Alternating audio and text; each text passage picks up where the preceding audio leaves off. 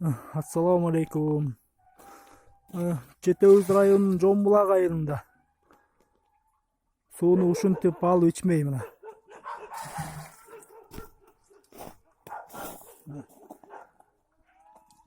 Арыктан келет.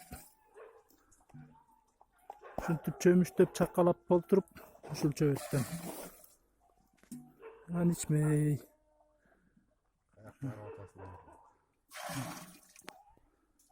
Биз дагы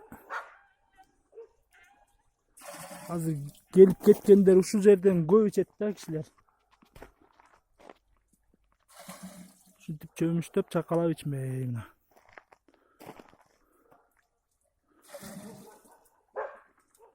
Башка айылдарда таза суу короосунда кат. Бизде ушинтип көчө кыдырып, муз тешип, суу издемей. Бизде ушундай жашоо.